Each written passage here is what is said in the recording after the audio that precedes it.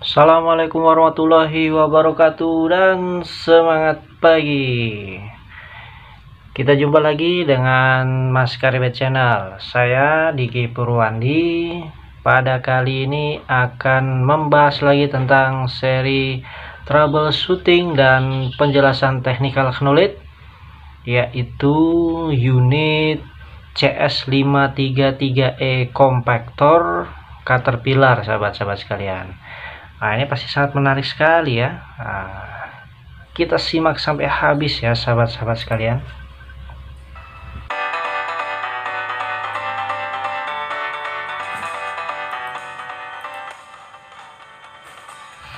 Pertama-tama marilah kita panjatkan puji syukur kita kepada Allah Subhanahu wa taala, karena berkat limpahan rahmat dan hidayahnya kita selalu diberikan kesehatan dan keselamatan ya guys hingga saat ini. Dan tak lupa pula, mari selalu kita menjaga protokol kesehatan di masa pandemi ini. Dan sepertinya pandemi ini akan segera berakhir ya guys, karena di mana-mana nilai atau angka COVID-19 menunjukkan penurunan. Alhamdulillahirabbil alamin ya guys.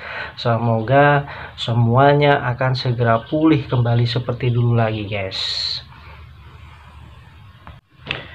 Baik sahabat-sahabat sekalian, pada kesempatan kali ini ya kita ini akan bahas lagi nih ya. Kali ini unitnya berbeda ya. Unitnya ini biasa dipakai di project-project pembuatan jalan ya sahabat-sahabat sekalian, yaitu unit kompaktor nih sahabat sekalian. Nah, kompaktor yang mana dia diproduksi oleh Caterpillar dan dia juga menjadi andalan untuk tipe unit kompaktor dari produk Caterpillar, yaitu CS533E sahabat-sahabat sekalian. Nah, ini cukup banyak dimiliki oleh kontraktor-kontraktor pembuat jalan ya. Nah, pasti kita juga banyak sering atau mendapatkannya di pinggir-pinggir jalan pada saat ada proyek pembuatan jalan nih sahabat sekalian, karena memang fungsinya di sini si vibratori kompaktor ini untuk memadatkan tanah ataupun memadatkan aspalisasi ya sahabat-sahabat sekalian. Nah, ini sangat cocok untuk aplikasi untuk keperluan proyek-proyek pembuatan jalan. Nah, jadi sahabat-sahabat sekalian, untuk kompaktor CS533E ini itu diproduksi untuk menyaingi atau berkompetisi dengan milik Bomac ya sahabat sekalian. Nah, karena kompaktor milik Bomac ini udah melegenda nih sahabat sekalian. Jadi semua kompaktor yang ada, brand apapun itu, kadang-kadang orang-orang itu bilang Bomac ya, atau bahasa lainnya itu silinder. Nah, sebenarnya namanya adalah vibratory kompaktor nih sahabat sekalian. Nah, jadi kita sebagai teknisi atau mekanik yang sudah paham, sebaiknya kita mengkampanyekan bahasa-bahasa yang benar, yang sesuai dengan arahan dari factory-nya sahabat sekalian atau pabriknya. Jadi seperti itu ya sahabat sekalian. Jadi pada pertemuan kali ini nih, saya akan bahas terkait dengan apa yang dialami oleh salah seorang sahabat saya, sahabat sekalian. Jadi ada problem yang ditemukan, yaitu kompaktor ini tidak bisa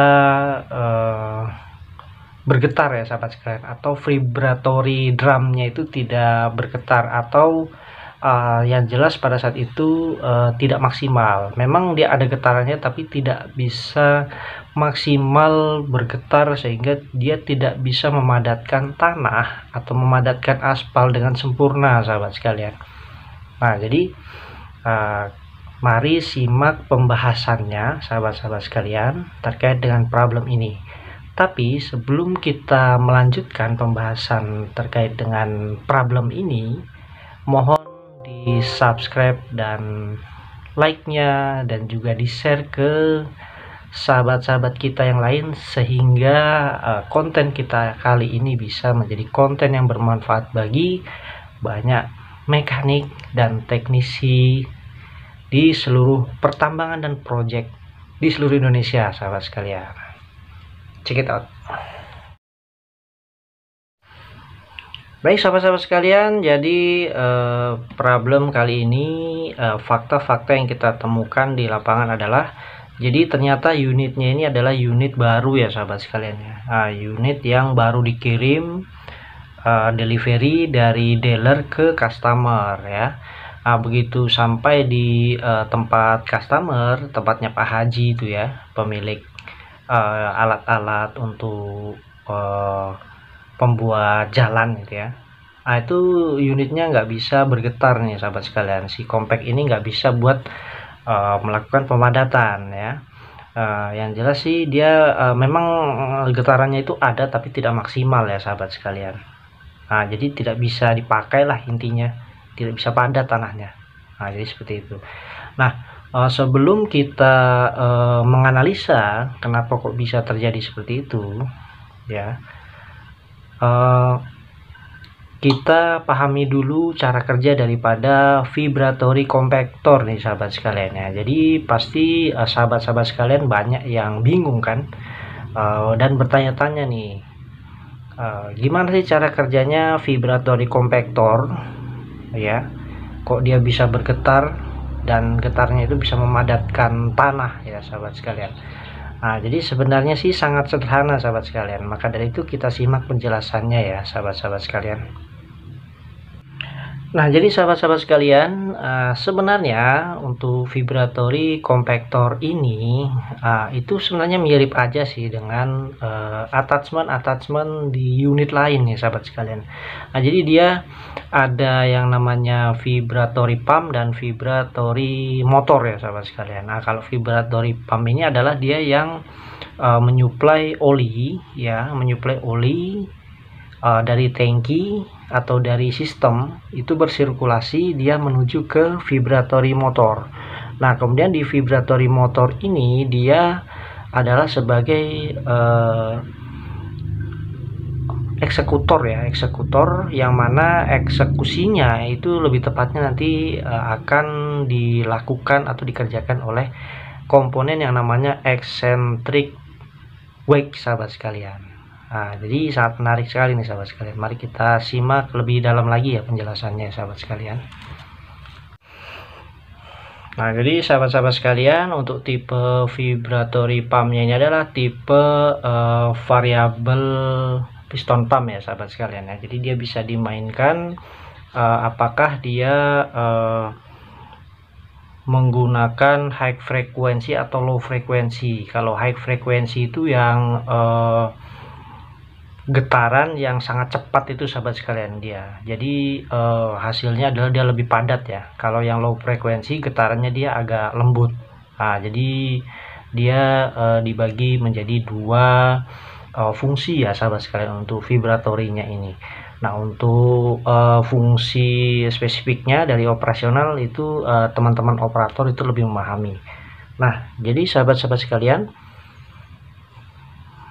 untuk vibratory pump ini dia diatur oleh solenoid ya sahabat sekalian. Apakah dia ingin dijadikan high frequency atau low frequency. Jadi itu tergantung nanti switch plate-nya aja ya sahabat sekalian ya. Jadi kita akan masuk ke vibratory motor dan eccentric drive ya sahabat-sahabat sekalian. Nah, kita bisa lihat yang saya tampilkan yang ada di layar ya sahabat-sahabat sekalian. Nah, jadi kita bisa lihat di sana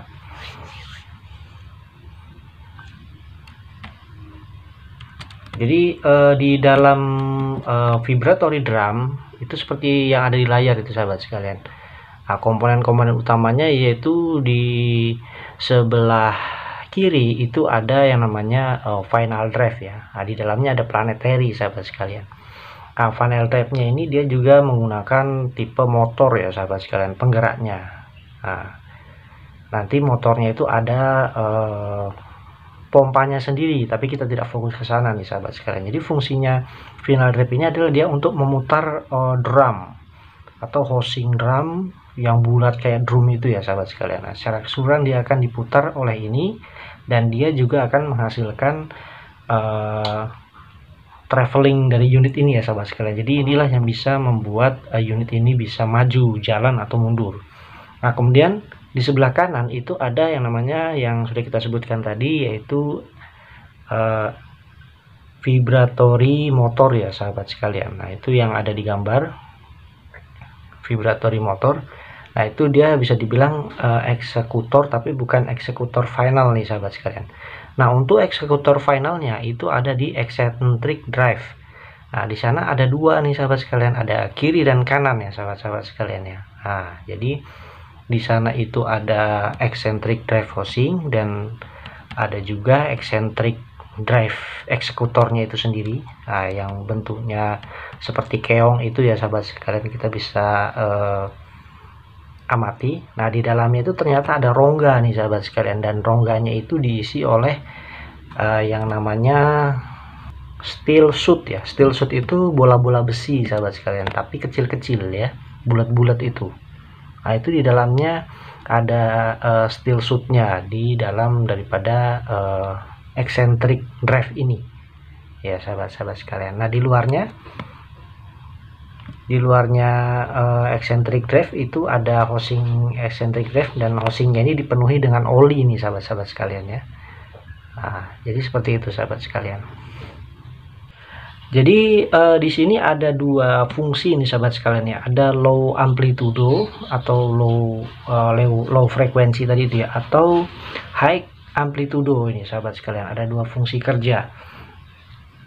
Nah, yang sudah saya sebutkan tadi, dia diatur oleh solenoid yang ada di vibratory pump ya sahabat sekalian ya.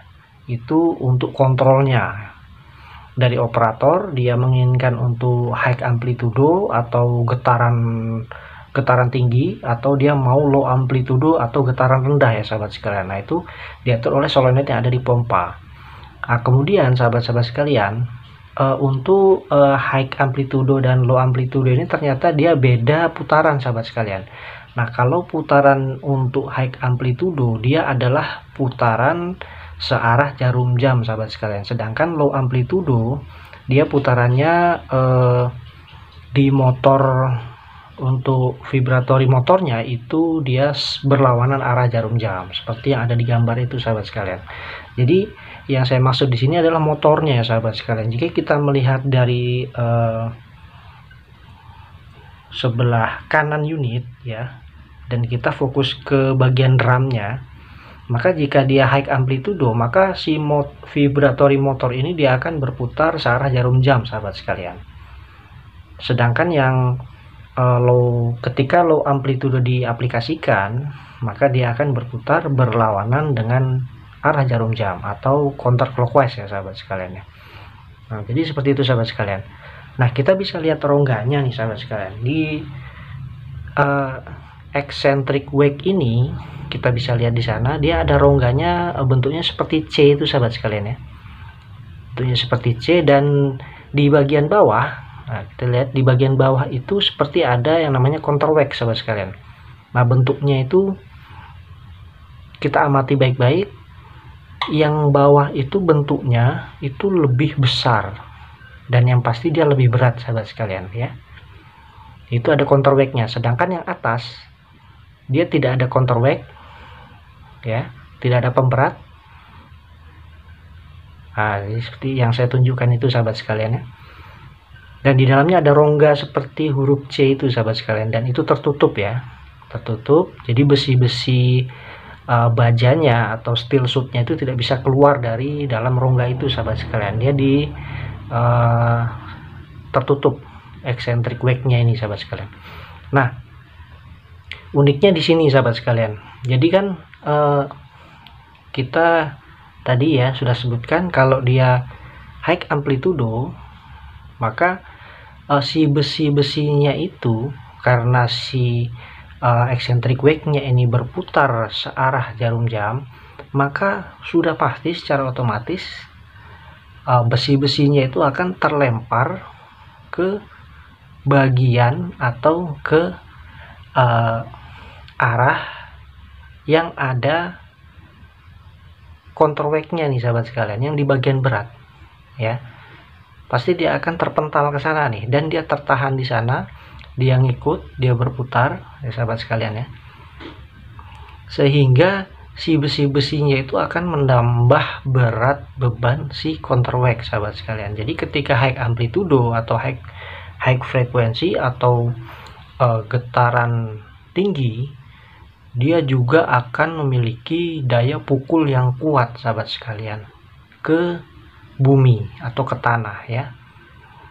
Dikarenakan itu tadi, karena di samping dia ada counterweight-nya, nah ternyata dia juga ada steel shoot-nya atau bola-bola besinya yang mental ke arah counterweight. Jadi counterweight-nya ini tambah berat nih sahabat sekalian ya, karena kan dia muternya secara jarum jam tuh. Nah, dia akan terlempar ke bagian bawah itu ya sahabat sekalian secara otomatis. Kemudian kalau yang aplikasi low amplitude atau getaran ringan atau getaran rendah, itu kebalikannya sahabat sekalian, dia berputar berlawanan dengan arah jarum jam. Jadi bisa kita pastikan besi-besi bolanya atau steel shoot-nya atau bola besinya yang kecil-kecil itu di dalam eccentric weight-nya itu pasti akan terlempar ke bagian yang tidak ada counterweight-nya sahabat sekalian. Coba kita ilustrasikan ya. Nah, dia pasti akan terpental gaya sentrifugal ya, dan tertahan di atas, bagian atas itu sahabat sekalian. Jadi steel shoot yang terlempar ke arah tempat yang berlawanan dari counterweight ini akan menyeimbangkan center of gravity-nya sahabat sekalian ya. Jadi antara bagian yang ada counterweight-nya dengan bagian yang tidak ada counterweight-nya, dari ujung ke ujung itu dia cenderung seimbang sahabat sekalian. Jadi getarannya dia akan melembut ya, atau menurun kekuatan untuk memukul ke tanahnya. Akan tetapi dia bukan berarti seimbang ya sahabat sekalian ya. Kalau dia seimbang maka tidak akan ada getaran, dia hanya muter normal gitu aja ya. Dia tetap center of gravity-nya itu tidak seimbang, makanya dia ada getaran, yang mana getaran itu difungsikan, dimanfaatkan untuk menjadi pukulan ke bawah atau ke bumi sahabat sekalian. Nah, kita balik lagi ke yang high amplitude tadi. Nah, jadi steel shoot-nya ya, kalau yang di cara kerja high amplitude atau getaran tinggi, justru steel shoot-nya itu akan menambah center of gravity-nya itu semakin jauh sahabat sekalian. Jadi antara bagian yang ada counterweight-nya dengan bagian yang tidak ada counterweight-nya itu beratnya jadi jauh dan semakin tidak seimbang. Makanya pukulannya, getarannya dia akan menjadi tambah besar sahabat sekalian. Nah, jadi seperti itu ya sahabat sekalian, cara kerjanya bisa dipahami ya. Pada intinya adalah ketika operator menginginkan untuk high atau low, dia berbeda arah untuk putaran motornya. Nah, sudah tentu dan sudah pasti dia dikarenakan vibratory pumpnya dia juga berubah arah untuk switch plate-nya ya sahabat sekalian. Nah, jadi seperti itu sahabat-sahabat sekalian. Baik sahabat-sahabat sekalian, bisa kita ilustrasikan seperti ini ya sahabat-sahabat sekalian ya. Nah, ini coba saya putar ya.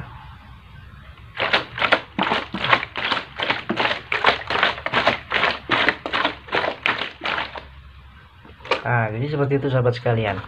Kenapa kok di putaran pada botol ya, botol air minum yang saya lakukan ini seperti tidak seimbang dan menimbulkan getaran ya sahabat sekalian? Itu dikarenakan di dalamnya ada center of gravity yang tidak seimbang nih sahabat sekalian. Ya, bisa kita lihat di sini ya. Di bawahnya itu banyak air, di atasnya tidak ada air ya. Jadi center of gravity-nya ini nggak seimbang nih sahabat sekalian. Jadi ketika ya, ini diputar ya, maka dia akan memukul-mukul nih sahabat sekalian ke atas dan ke bawah. Nah, karena di sini juga ada gaya gravitasi, maka ya sudah pasti pukulan ke bawahnya itu akan lebih keras sahabat sekalian. Nah, jadi seperti itu ya sahabat sekalian. Berbeda halnya jika botol ini diisi dengan air penuh atau center of gravity-nya itu seimbang. Nah, jadi seperti ini ya sahabat sekalian. Ini hampir penuh. Ketika diputar, maka getarannya akan semakin kecil sahabat sekalian. Tidak seperti tadi pada saat airnya itu separuh. Nah, karena dia tidak seimbang pada saat saya putar nih sahabat sekalian. Nah, jadi seperti itu ya cara kerjanya untuk vibratory drum pada compact sahabat sekalian. Nah, jadi seperti itu ya sahabat sekalian. Intinya adalah semakin besar center of gravity pada eccentric wake, maka getarannya dia akan semakin besar atau semakin tinggi, dan amplitudenya juga akan semakin tinggi sahabat sekalian. Nah, jadi seperti itu ya. Begitu juga sebaliknya. Nah, analisanya pada saat itu adalah faktanya yang ditemukan oleh sahabat saya waktu itu, ternyata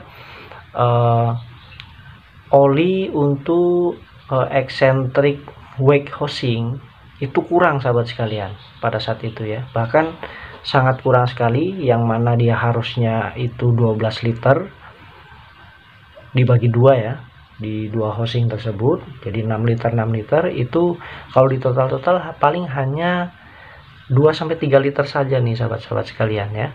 Jadi oli yang ada di dalam eccentric wake housing itu kurang sahabat sekalian, dan analisanya, indikasinya adalah si oli ini juga membantu getaran ya, membantu pukulan ke arah bumi, sehingga ketika olinya kurang atau olinya bahkan tidak ada, maka getarannya juga tidak akan maksimal sahabat sekalian. Nah, karena masuk logika juga ya, kalau di dalamnya ada oli, di housingnya ini ada oli, maka dia akan menambah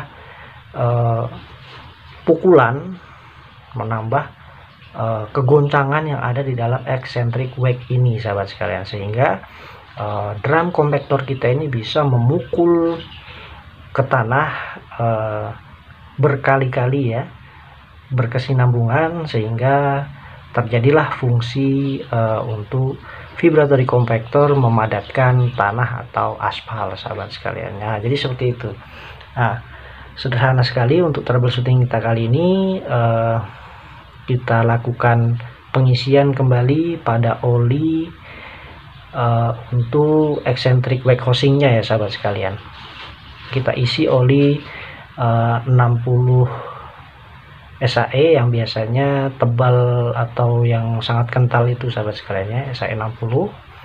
Kita pastikan juga oli-oli yang lain. Nah, bisa dilihat di sana sahabat sekalian, hati-hati karena pada vibratory compactor ini dia terdapat 4 oli di bagian vibratory drumnya itu sahabat sekalian. Di sekitar situ ada 4 level oli yang harus dipastikan sahabat sekalian. Yang pertama adalah yang sebelah kiri ya, itu ada oli final drive motor ya, itu harus dipastikan sahabat sekalian. Kemudian di sebelah kanan itu ada vibratory support, itu juga harus dipastikan. Kemudian yang ketiga itu yang di eccentric wake tadi yang sudah kita bahas, itu juga harus dipastikan sahabat sekalian, jangan sampai olinya tidak ada atau kurang ya, karena dia akan mengurangi cara kerja daripada vibratory drum ini. Dan yang keempat, yang terakhir adalah oli dari drum cooling sahabat sekalian. Nah, jadi semuanya harus sesuai dengan capacity yang sudah ditetapkan oleh pabrik ya sahabat-sahabat sekalian.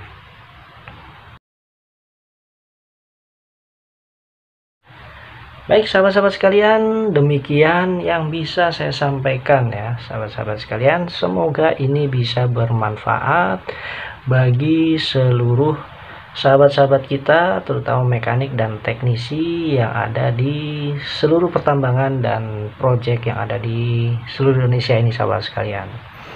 Jangan lupa subscribe, like, dan share-nya Mas Karibet Channel. Saya Diki Purwandi selalu dukung Mas Karibet Channel agar bisa menjadi channel yang bermanfaat bagi banyak orang, sahabat sekalian. Saya akhiri. Wassalamualaikum warahmatullahi wabarakatuh.